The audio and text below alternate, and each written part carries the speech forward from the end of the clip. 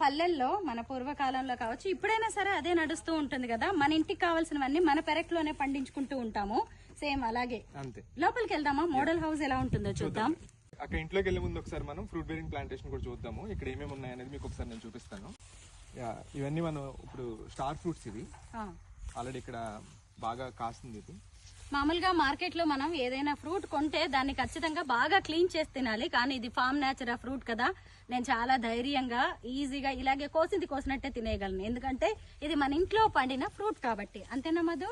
అంతే. అంటే ఇది కెమికల్ స్ప్రేయింగ్ ఏది జరగలేదు కాబట్టి ఇవన్నీ హ్యాపీగా మనము ప్లాంట్ నుంచి ఫ్లక్ చేసుకుని తినేయచ్చు. చాలా బాగుంది, చాలా బాగుంది. ఇవన్నీ మొసంబి. ఇవి ఆల్రెడీ ఇవి కూడా కాత బాగానే వచ్చినాయి. ఇది వచ్చి మ్యాంగో ప్లాంట్.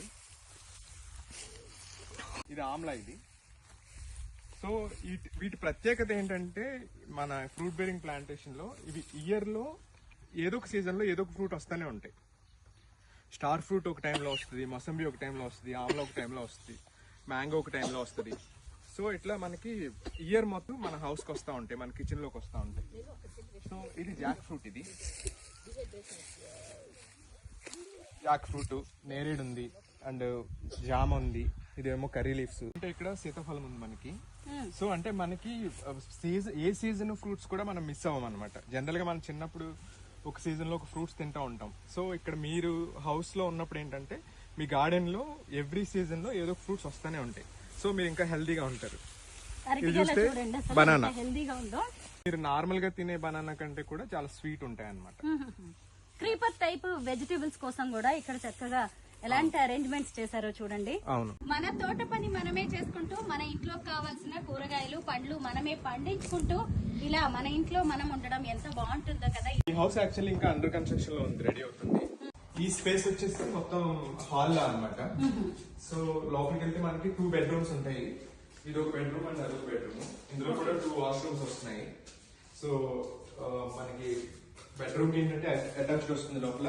ఇది కామన్ వాష్రూమ్ లాగా ఉంటుంది. అండ్ ఇది కిచెన్ ఏరియా. సో ఇవన్నీ మనకి కబోర్డ్స్ లా అనమాట.